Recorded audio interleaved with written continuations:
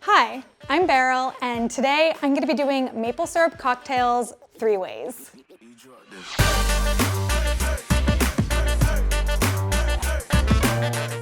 Before we get into the recipes, don't forget to like and subscribe to this channel. Let's talk about maple syrup. Maple syrup comes from sugar maple trees. The trees are tapped and the sap is then boiled and it turns into syrup. Okay, let's make our first drink. We're making a maple ginger hot toddy. The drink is derived from India, where in Hindi, the word toddy actually means fermented palm sap. The most common spices used in the drink were spices that were common on the Indian subcontinent, like star anise, cinnamon, and cloves. As British troops left India and went back to the UK, they actually brought the drink with them. And there, it made its way to Scotland, where Scotch became the alcohol of choice. Okay, so now I'm adding some maple syrup, which is not necessarily part of the, traditional way of making it, but it's fun. The Scotch adds a really smoky flavor. Funnily enough, when the drink made its way to the United States, rum was swapped in for Scotch. Careful. This needs to steep for just like 3 to 4 minutes. We're gonna add a little bit of lemon. I'm just gonna save a small bit of the lemon for garnish, and then squeeze the juice in. Just gonna give it a stir. Tea bag coming out. Garnish going in. Okay, let's have a taste. Honestly, it's so good.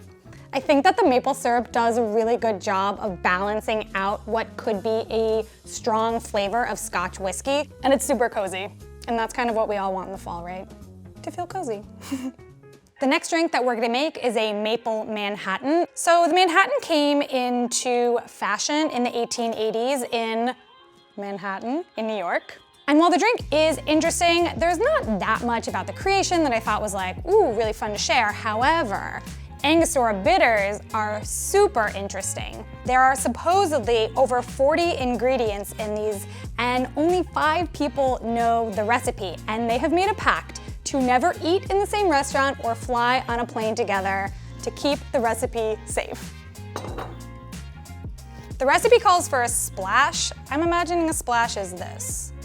Ta-da! Yeah, that's a splash. The key to a Manhattan is that you don't shake it, you stir it. It's a rookie mistake if you go to shake a Manhattan. Everyone will know you're not a real bartender. Okay, that looks good. Now we're gonna pour it. It's such a beautiful color.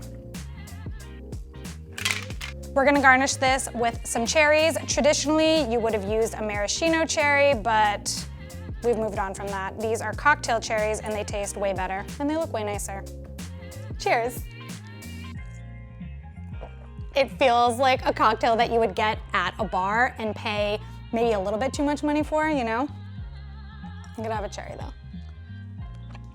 These are good.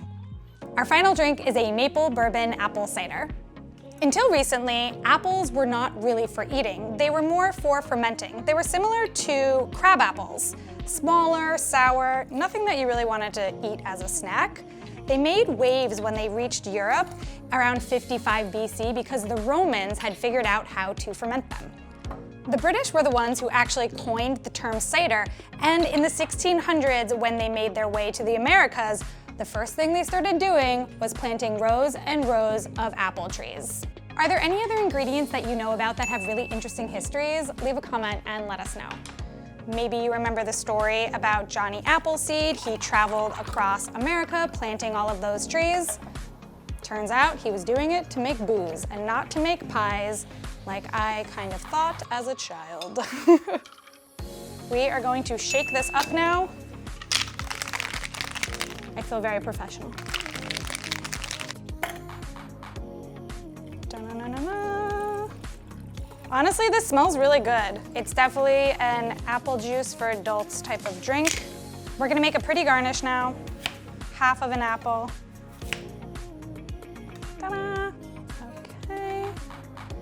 a sprig of rosemary, because a pop of color always makes things look nice. And a stick of cinnamon, because it's fall. Pretty. Let's taste it.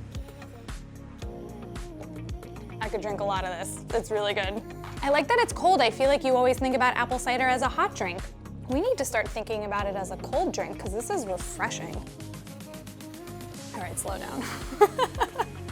Those are your 3 cocktails using maple syrup. Maybe you were a little surprised that you can use it for more than just a topping on waffles and pancakes. If you guys know any other amazing recipes that you can use maple syrup in, please leave a comment and let me know. I love learning new ways to use ingredients. Don't forget to like and subscribe to get more recipe videos like this one. Until then, cheers.